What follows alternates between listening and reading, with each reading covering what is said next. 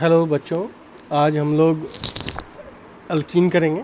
Alkyne में basics समझेंगे। Basic में मॉलिक्यूलर फार्मूला क्या होता है, साइक्लोएल्कीन्स का क्या होता है, डिग्री ऑफ सेचुरेशंस क्या होते हैं, कैसे पता करते हैं क्या डिग्री ऑफ सेचुरेशन है, और स्ट्रक्चर ऑफ अल्कीन क्या होता है। ठीक है, तो और इन सब से फ़ायदा होगा आपको कि आगे जो इसका मैकेनिज़्म है वो आपको क्लियर कर समझ में आएगा। तो इस पहले वीडियो में अल्कीन के हम लोग ये करेंगे। नेक्स्ट वीडियो में हम लोग IUPAC नोमेनक्लेचर ऑफ अल्कीन समझेंगे, और थर्ड वीडियो से हम लोग मैकेनिज्म करेंगे। तो आप लोग बने रहिएगा, जितना ज़्यादा से ज़्यादा हो सके इसको लाइक कीजिए, वीडियो को दूसरे बच्चों तक पहुंचाइए, और जो इसमें क्वेश्चंस कराया जा रहा है उन सबको जरूर करिए। ठीक है, तो स्टार्ट करते हैं। ध्यान से देखिएगा क्या क्या है इसमें। ठीक है, तो मॉलिक्यूलर फार्मूला जो बेसिकली अल्कीन का होता है वो होता है, हम लोग एसाइक्लिक अल्कीन भी बोलते हैं। एसाइक्लिक अल्कीन किसको बोलते हैं? एसाइक्लिक बोलते हैं हम लोग नॉन साइक्लिक को। अभी नॉन साइक्लिक की बात कर रहे हैं, तो नॉन साइक्लिक अल्कीन, इसका जनरल फार्मूला होता है CnH2n। क्या मतलब हुआ उसका? कार्बन अगर एक हो जहाँ N1 से लेके इन्फिनिटी तक हो, मतलब अगर कार्बन एक है, N एक है, तो क्या हो जाएगा? H2O। पर ऐसा कोई अल्कीन होता नहीं है, तो यहाँ N इक्वल टू 2 से हम लोग आगे बढ़ेंगे, तो C2H4, C3H6, C4H8। ठीक है, तो लोएस्ट अल्कीन C2H4 होता है। ये एसाइक्लिक है। गौर से देखना, CnH2n है। अल्केन का क्या होता है? Alkane, just for the example, alkane का होता है CnH2n+2, एसाइक्लिक का, वो भी एसाइक्लिक का। ठीक है, अब आ जाते हैं हम लोग साइक्लिक अल्कीन का। साइक्लिक अल्कीन का होता है CnH2n-2। ठीक है, फॉर एग्जाम्पल हम लोग देख लेते हैं। जैसे C5H10 है, C5H10 है, इसका क्या हो जाता है? CH3, CH2, CH2, CH, CH2। ये हो गया क्या? एसाइक्लिक। ठीक, अगर वही साइक्लिक अल्कीन होता है तो क्या होता है? वो हमारा हो जाता है C5H8। और वो कैसा होता है? घबराना नहीं है, अगर समझ में नहीं आ रहा है अभी तुरंत कि ये साइक्लिक कैसे बना दिया सर ने, तो घबराना नहीं है, ये आपको क्लियर हो जाएगा। ये होता है साइक्लिक। अब इसमें क्या है, जो कॉर्नर है वो सब क्या होते हैं? C होते हैं। इसको दिखाते नहीं हैं, स्केलेटन बोलते हैं, इसको दिखाते नहीं हैं। और ये डबल बॉन्ड हो गया। ठीक है, ये डबल बॉन्ड है, तो इसको साइक्लिक बोलते हैं। ये C5H8 होता है। Okay, general molecular formula for hydrocarbon क्या होता है?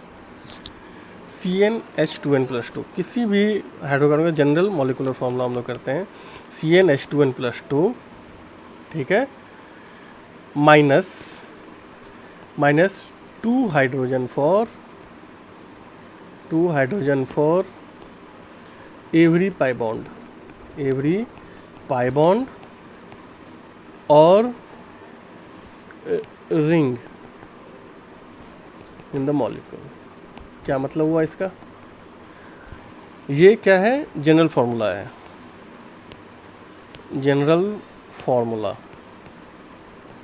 मतलब किसी भी हाइड्रोकार्बन का अगर हम लोग को जनरल फार्मूला देखना हो तो हम लोग इस तरह से देख सकते हैं। फॉर एग्जांपल, अल्कीन का, किसी भी अल्कीन का क्या हो सकता है?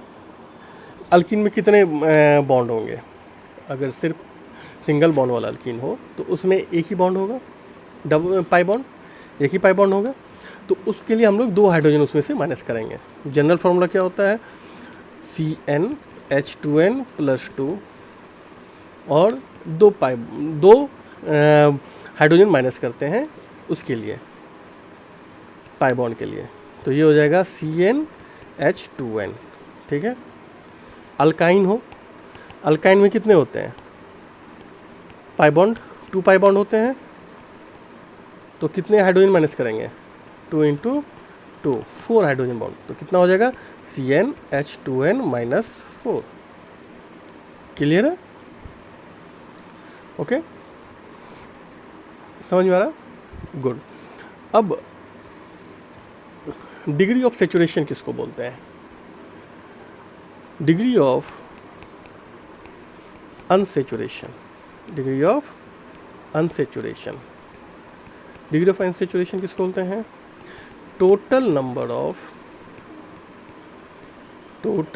Of pi bond and rings is called degree of unsaturation, degree of unsaturation। क्या मतलब हुआ इसका? सपोज करो कि हमारे पास एक क्या बोलते हैं मॉलिक्यूल है, एक सब्सटेंस है जिसका एटॉमिक जिसका दे रखा है नंबर हमारे पास C8H14, ठीक है। तो यूजुअली कितना होना चाहिए था? इन जनरल CnH2n+2 होता, यहाँ n क्या है? 8 है, तो क्या होना चाहिए था? C8H2 इंटू 8+2, मतलब क्या होना चाहिए था? C8H18, यही होना चाहिए था। पर कितना है? 14 ही है, तो कितना माइनस है? 14 इक्वल टू 4 हाइड्रोजन माइनस है। हमने क्या पढ़ा था अभी? हर पाई बॉन्ड के लिए 2 हाइड्रोजन को लेस करना चाहिए, तो हर पाई बॉन्ड के लिए हमने क्या किया? 2 हाइड्रोजन से डिवाइड कर 2 से कर दो, तो क्या बन जाएगा? 2 पाई बॉन्ड होंगे इसमें, या 2 साइक्लिक होगा, या 1 पाई होगा और 1 रिंग होगा, मतलब साइकिल होगा। यही मतलब हुआ ना इसका, टोटल 2 होगा। तो ये जो 2 है इसको हम लोग क्या बोलते हैं? अनसेचुरेटेड, डिग्री ऑफ अनसेचुरेशन, ठीक है। इसको हम लोग बोलते हैं डिग्री ऑफ अनसेचुरेशन। ओके, समझ में आया? अब एग्जाम्पल देख लो 1-2। जैसे इसका फॉर्मूला बताओ, 4 कार्बन वाले हाइड्रोजन का हाइड्रोकार्बन का 4 कार्बन वाले हाइड्रोकार्बन का जिसमें 2 पाई बॉन्ड हो विथ 2 पाई बॉन्ड, बताइए, एंड नो रिंग भी नहीं हो, क्या हो सकता है? सबसे पहले तो C4 होगा ही होगा, 2 पाई बॉन्ड है, तो कितने H माइनस होनी चाहिए? फॉर्मूला क्या है? 2n+2, लेकिन माइनस में क्या होगा? जितने पाई बॉन्ड हो उतने हाइड्रोजन, 2 इंटू उतने 2 हाइड्रोजन, तो 2, तो क्या फॉर्मूला बन जाना चाहिए? C4H10-4, दैट्स मीन C4H6, ठीक है। यही फॉर्मूला होगा। एक एग्जांपल देखो जिसमें 10 कार्बन हो, ठीक है। कितने कार्बन हो? 10 कार्बन हो, और क्या क्या हो? उसमें 1 पाई बॉन्ड हो एंड 2 रिंग्स हो। चलो इसको नहीं करते हैं हम लोग, इस तरह से करते हैं। हाइड्रोजन कितने होंगे उसमें? हाइड्रोजन कितने होने चाहिए? यूजुअली कितने होते हैं? 2n+2, ठीक है। तो यूजुअली कितने होने चाहिए? 10 के जगह n के जगह 10 रखेंगे, 22, ये स्टैंडर्ड है। लेकिन हमने क्या पढ़ा? जितने पाई बॉन्ड हो और जितने रिंग्स हो उतने 2 हाइड्रोजन कम करने हैं। तो टोटल कितने हो गए? 1 पाई बॉन्ड है और 2 रिंग्स है, तो टोटल 3 हो गए। उतने 2 हाइड्रोजन्स कम करने हैं, तो क्या हो जाएगा हाइड्रोजन टोटल इसमें? 22 माइनस 1 पाई बॉन्ड है प्लस 2 रिंग है, और उतने ही 2 हाइड्रोजन कम करने हैं, यही होगा। तो 22 माइनस 6 यानी 16, सिंपल हो गया। अब हम लोग इसको लिख सकते हैं ना, C10H16, यही उसका मॉलिक्यूलर फार्मूला होगा। क्लियर हो गया? इस तरह से हम लोग कर सकते हैं, ठीक है। अब ये था डिग्री ऑफ अनसेचुरेशन। तो सेचुरेशन का क्या मतलब होता है? सेचुरेशन का मतलब होता है जिसमें सारे बॉन्डिंग कंप्लीट हो, मतलब जैसे अल्केन को हम लोग सेचुरेटेड बोलते हैं। अल्केन क्या बोलते हैं? Saturated hydrocarbon. क्यों? क्योंकि इसमें सारे सिंगल बॉन्ड होते हैं। सारे क्या होते हैं? सिंगल बॉन्ड होते हैं हाइड्रोजन के साथ, इसलिए हम लोग इसको सेचुरेटेड बोलते हैं। और अल्कीन को अनसेचुरेटेड बोलते हैं क्योंकि इसमें डबल बॉन्ड होता है, पाई बॉन्ड होता है एक। ठीक है, समझ में आ गया सेचुरेशन और अनसेचुरेशन। अब हम लोग नेक्स्ट पॉइंट पे आते हैं, स्ट्रक्चर ऑफ अल्कीन्स क्या होता है। स्ट्रक्चर ऑफ अल्कीन में जो हम लोग स्टार्ट करेंगे तो हम लोग सबसे पहले स्मॉलेस्ट अल्कीन को देखते हैं। क्यों? क्योंकि सेम जैसा अल्कीन का होता है, जैसा ये सब स्मॉलेस्ट सिमिलर स्ट्रक्चर होगा। तो स्मॉलेस्ट अल्कीन क्या हो जाएगा? स्मॉलेस्ट अल्कीन है, हमने क्या बोला था, N=2 से स्टार्ट होता है, तो C2H4। ठीक है, इसको क्या बोलते हैं? इथीन। ओके, अब इसमें क्या कंसेप्ट होता है, इस चीज़ को हम लोग समझेंगे। बहुत ही इम्पोर्टेंट है क्योंकि एक मैकेनिज्म आपको जो समझना होगा तो इसी बेसिस पे समझ में आएगा। इसको इथीन भी बोलते हैं, इसको इथिलीन भी बोलते हैं, है ना। इसमें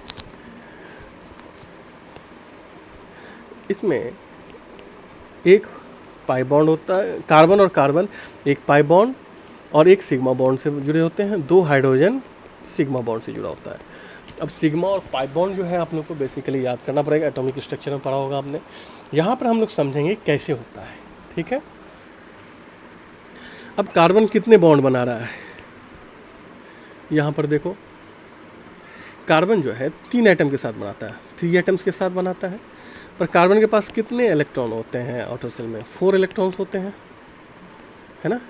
तो तीन एटम के साथ बॉन्ड बनाता है, जिसमें से एक एटम के साथ डबल बॉन्ड बना रहा है और बाकी 2 एटम के साथ कैसा बनाता है? सिंगल बॉन्ड बनाता है। कैसे बना रहा है वो हम लोग समझेंगे अभी। क्या करता है कार्बन में, सबको पता है कि एक ऐसा ऑर्बिटल होता है और 3 पी होते हैं। तीनों पी में एक इलेक्ट्रॉन होता है। ठीक, क्लियर है। तो ये क्या करते हैं? हाइब्रिडाइज्ड होते हैं। हाइब्रिडाइजेशन पढ़ाई होगा आपने। हाइब्रिडाइजेशन क्यों करते हैं? ताकि सारे आउटर सेल में जो इलेक्ट्रॉन होते हैं वो सेम एनर्जी लेवल पे आ जाते हैं।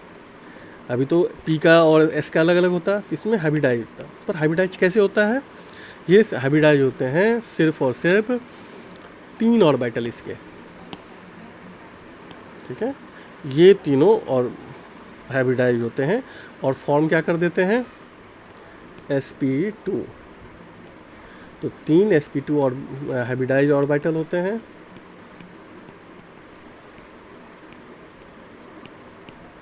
और एक p वाला सिंगल रह जाता है। ठीक है, तो ये अनहाइब्रिडाइज्ड p ऑर्बिटल होता है, अनहाइब्रिडाइज्ड। और ये तीनों क्या होते हैं? हाइब्रिडाइज्ड होते हैं। 3 हाइब्रिड ऑर्बिटल फॉर्म करता है। ठीक है, तो ये होता है केस जो सी कार्बन के लिए होता है। ठीक है, कार्बन ऐसा कर लेता है। क्यों कर लेता है? ताकि ये इसके साथ रिएक्शन, इसके साथ बॉन्डिंग करें। अब कैसे बॉन्डिंग होता है वो हम लोग देखेंगे। अब ये जो 3 sp2 ऑर्बिटल है, ये तीनों इलेक्ट्रॉन रिपल्सन को कम करने के लिए, इलेक्ट्रॉन आपस में रिपल्सन करते हैं। तो 3 इलेक्ट्रॉन है, तो तीनों एक रिपल्सन को कम करने के लिए क्या करेंगे? तो आप थोड़ा सा फिजिक्स इसमें ध्यान रखना। अगर तीनों के बीच में 120 डिग्री हो तो इनका जो रिजल्टेंट रिपल्सिव फोर्स होता है वो क्या हो जाता है? 0 हो जाता है। ठीक है, तो ये तीनों 120 डिग्री पे अपने आप को इस्टेब्लिश कर लेते हैं, जो sp2 हाइब्रिडाइड ऑर्बिटल होते हैं। और जो ये p ऑर्बिटल होता है वो कैसा हो जाता है, आपको पता है p ऑर्बिटल को हम लोग कैसे डिनोट करते हैं, ऐसे, है ना।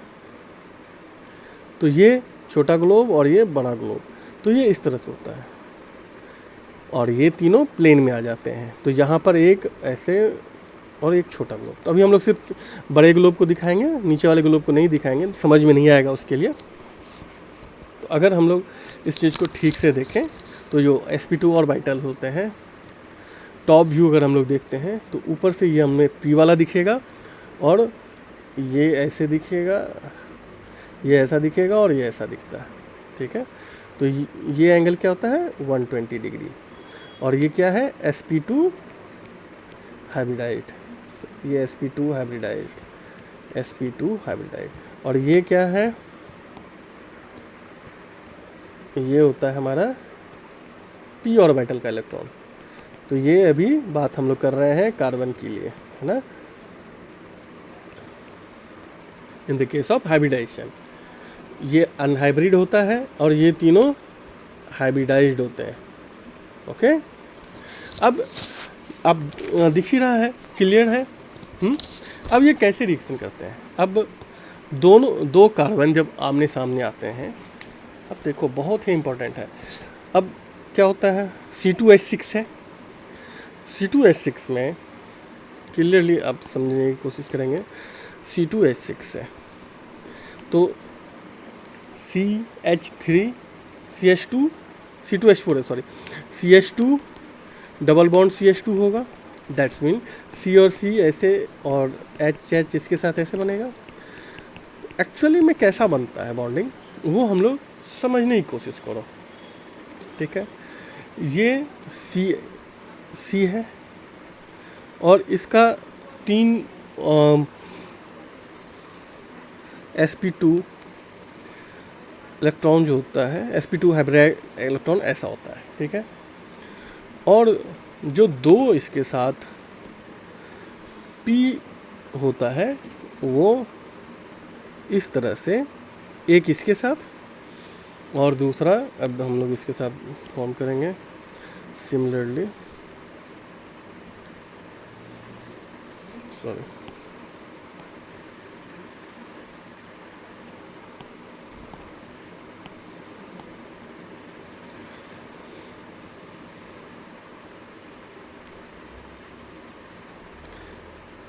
ठीक है। और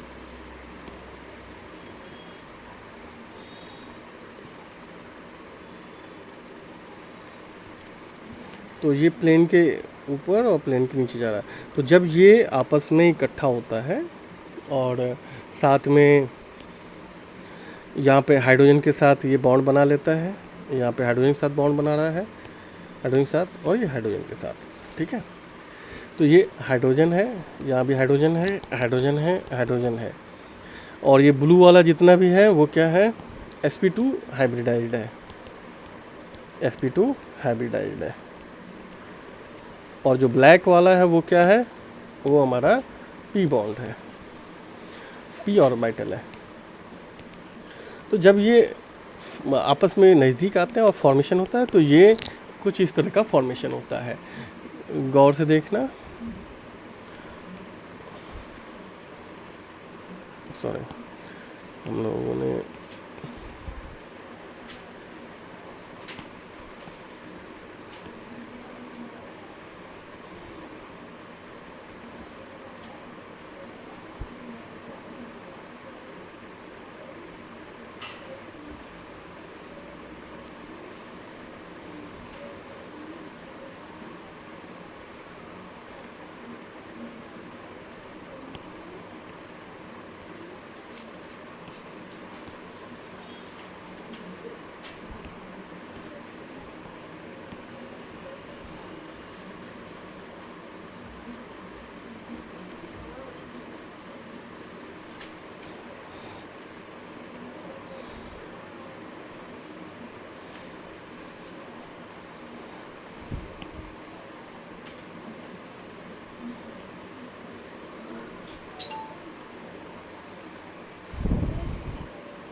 और इस तरह से इसका बॉन्डिंग होता है।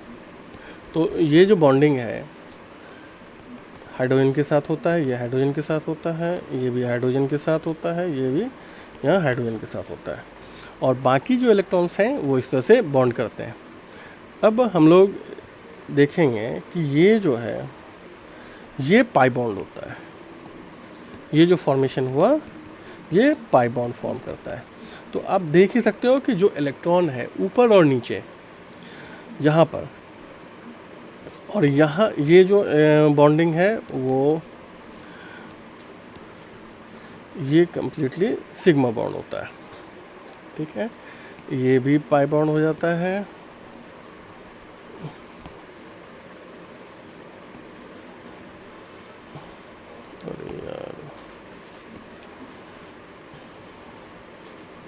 ये भी पाई होता है ना, ये तो पाई है ही, ये भी पाई होता है।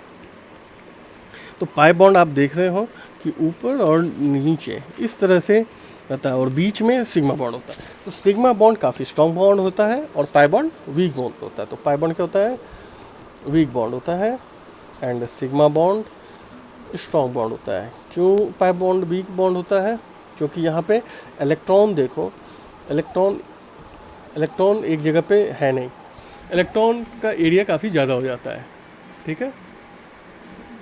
इसका जो ओवरलैपिंग है उतना क्लियर नहीं होता है। तो अब हम लोग इसमें क्लियर कर सकते हैं कि सी और सी बॉन्ड जो होता है इथिन में, सिग्मा बॉन्ड जो फॉर्म होता है वो किससे फॉर्म होता है, sp2 और sp2 ओवरलैपिंग से, ठीक। सी और सी पाई बॉन्ड किससे फॉर्म होता है, पाई बॉन्ड हम लोग किससे फॉर्म कर रहे हैं, पी एंड पी ओवरलैपिंग से, और ये कैसा होता है, side by side, side by side. sp2 कैसा होता है, ये लेंथ में चलता है। और C और H बॉन्ड कैसे फॉर्म होता है, ये भी सिग्मा बॉन्ड होता है, ये होता है sp2 and P, sp2 and S overlapping से। S किसका होता है, हाइड्रोजन का ओवरलैप से। ये किसका होता है, H का, और ये किसका होता है, कार्बन का, ठीक है, क्लियर है। तो इस तरह से हम लोग देख रहे हैं कि ये कैसे बॉन्डिंग कर रहा है। तो बॉन्डिंग समझ में आ गया हमारे पास, तो हमें ये समझ में आ सकता है कि हम लोग इसका जो रिएक्शन मैकेनिज्म है वो उसमें कैसे काम करता है। पाई बॉन्ड क्यों पहले ब्रेक हो जाता है, क्योंकि पाई बॉन्ड कमज़ोर होता है, वीक होता है। ये जो होता है साइड बाय साइड ओवरलैपिंग करता है, ठीक है, साइड बाय साइड ओवरलैपिंग करता है। और जो सिग्मा बॉन्ड होता है वो साइड बाय साइड ओवरलैपिंग नहीं करता है, क्लियर। ये साइड बाय साइड करता है, जिसके कारण ये कमज़ोर हो जाता है, ओके। अब इलेक्ट्रॉन जो होता है इसका ऊपर और नीचे, प्लेन के ऊपर और नीचे होता है पाई बॉन्ड का, और जिसके कारण इलेक्ट्रॉन डेंसिटी प्लेन के ऊपर, कार्बन और हाइड्रोजन के प्लेन के ऊपर और नीचे ज़्यादा हो जाता है, इसलिए यहाँ अटैक करना आसान हो जाता है। इलेक्ट्रॉन डेंसिटी इस तरह से हो जाता है। लेकिन सिग्मा बॉन्ड में क्या होता है, क्लोजली इंटरलिंक्ड होते हैं, इसीलिए उसको ब्रेक करना थोड़ा मुश्किल होता है कंपेरेटिवली पाई बॉन्ड के। तो आप देखेंगे अल्कीन में इसीलिए बहुत ही ईजी हो जाता है बॉन्डिंग को ब्रेक करना, डबल बॉन्ड को, क्योंकि पाई बॉन्ड पे अटैक होता है, और उसके कारण प्रोडक्ट्स बनते हैं। जो एडिशन रिएक्शंस होता है वो उस कारण से हम लोग उसमें देखते हैं ज़्यादातर। अब नोमेनक्लेचर की बात करेंगे, तो नोमेनक्लेचर में IUPAC नोमेनक्लेचर तो बहुत बड़ा है, लेकिन एक छोटा सा हम लोग इसमें जो जनरल नाम लेते हैं उसको समझेंगे। उस जनरल नाम में क्या है, विनाइलिक कार्बन समझेंगे। सबसे पहले विनाइलिक कार्बन क्या होता है। विनाइलिक कार्बन उसको बोलते हैं जिसमें sp2 कार्बन्स जो होते हैं, sp2 कार्बन अल्कीन के, sp2 carbon of alkene is called vinylic carbon. Vinylic carbons, ठीक है। अब कैसे, CH तो इन दोनों कार्बन को क्या बोलेंगे, विनाइलिक कार्बन। ठीक है, क्यों? क्योंकि ये sp2 कार्बन होते हैं, sp2 हाइब्रिडाइड होते हैं ये कार्बन। इसके बाद अगर ये CH3 लगा होता तो ये क्या होता है, sp3 हाइब्रिडाइड होता है कार्बन। पर ये दोनों क्या है, ये दोनों sp2 हाइब्रिडाइड है, अभी हमने देखा ना। तो ये दोनों sp2 हाइब्रिडाइड है। ठीक है, एलाइलिक कार्बन क्या होता है, एलाइलिक कार्बन होता है sp3 carbon adjacent to a vinylic carbon. अब एक एग्जांपल देखो, क्या कहने का मतलब है, विनाइलिक कार्बन के बगल में जो कार्बन है अगर वो sp3 कार्बन है तो उसको हम लोग एलाइलिक कार्बन कहते हैं। For example RCH2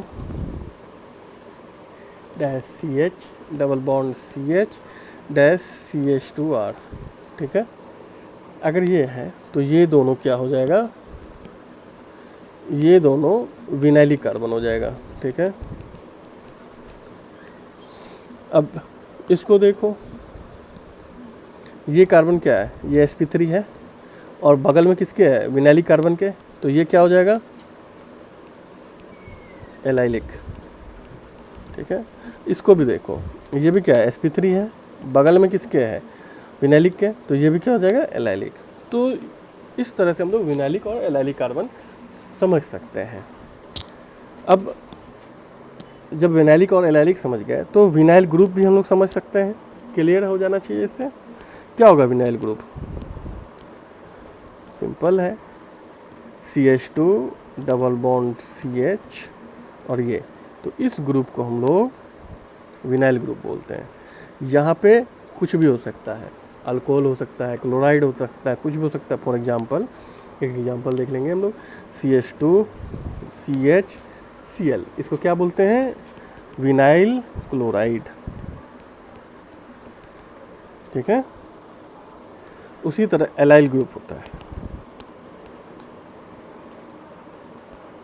allyl group में क्या होता है, CH2 CH और इसके बाद CH2 लगा होता है और तब ये डैश होता है, तो इसको हम लोग क्या बोलते हैं, एलाइल ग्रुप। ठीक, अब एक एग्जांपल के रूप में कैसे इसका नेमिंग करते हैं, CH2 CH CH2 और Br, तो इसको क्या बोलते हैं, एलाइल ब्रोमाइड। ये बोलचाल का लैंग्वेज है, इन जनरल जो प्रैक्टिस में करते हैं वो है। पर अगर IUPAC का नाम नेमिंग करेंगे तो वो अलग होगा, जो कि नेक्स्ट वीडियो में हम लोग देखेंगे। ठीक है, तो इस वीडियो में हम लोगों ने क्या क्या चीज़ देख लिया, हम लोगों ने देखा विनाइल ग्रुप क्या होता है, एलाइल ग्रुप क्या होता है, सिंपल इसको इसी में डाला है इसे, ताकि ये छोटा सा पॉइंट है। विनाइल क्लोराइड, एलाइल ब्रोमाइड क्या होता है वो समझने के लिए आगे काम आएगा। एलाइलिक कार्बन क्या होता है, जो sp3 कार्बन्स, जो ऐसा sp3 कार्बन जो विनाइल ग्रुप के बगल में हो, विनाइल कार्बन के बगल में हो। विनाइल कार्बन क्या होता है, sp2 कार्बन्स ऑफ अल्कीन जो होते हैं उसको विनाइल कार्बन बोलते हैं। फिर कैसा बॉन्डिंग होता है, सिग्मा बॉन्डिंग, पाई बॉन्डिंग क्या हो रहा है, कैसे काम करता है, कौन सिग्मा बॉन्डिंग में होता है, उसमें sp2 ओवरलैप से कौन सा बनता है, pp ओवरलैप से कौन सा बनता है, ये सारा हमने देख लिया। फिर हमने हाइब्रिडाइजेशन समझ लिया, कैसे हाइब्रिडाइज हो रहा है यहाँ पे। फिर हमने ये देखा कि डिग्री ऑफ अनसेचुरेशन क्या होता है, कैसे हम पता करेंगे कि कितने साइक्लिक हैं और कितने अनसाइक्लिक हैं, कितने पाई बॉन्ड बन रहे हैं, कितने रिंग बन रहे हैं, ये सब हमने समझा। जनरल फार्मूला क्या होता है, ये सारी चीज़ें देखिए। नेक्स्ट वीडियो में हम लोग देखेंगे IUPAC नोमेनक्लेचर ऑफ अल्कीन्स। ठीक है, उसके बाद थर्ड वीडियो से हम लोग मैकेनिज्म स्टार्ट करेंगे। ठीक है, न्यूक्लियोफिलिक, इलेक्ट्रोफिलिक क्या होता है, उसको कैसे एडिशन कैसे होता है, उसमें कैसे रिएक्शन करता है एल्कीन डिफरेंट रिएक्शंस के साथ, वो सारा कुछ देखेंगे। तो इसके लिए आप लोग बने रहिए और सब्सक्राइब ज़रूर कर लेना, ताकि आप लोगों को ये वीडियोस टाइम से मिलता रहे, ढूंढना ना पड़े, नोटिफिकेशन खुद ब खुद आ जाए। ठीक है, और अगर पसंद आए तो डेफिनेटली लाइक करना, और कोई कमेंट हो तो मुझे बताते रहना। Take care.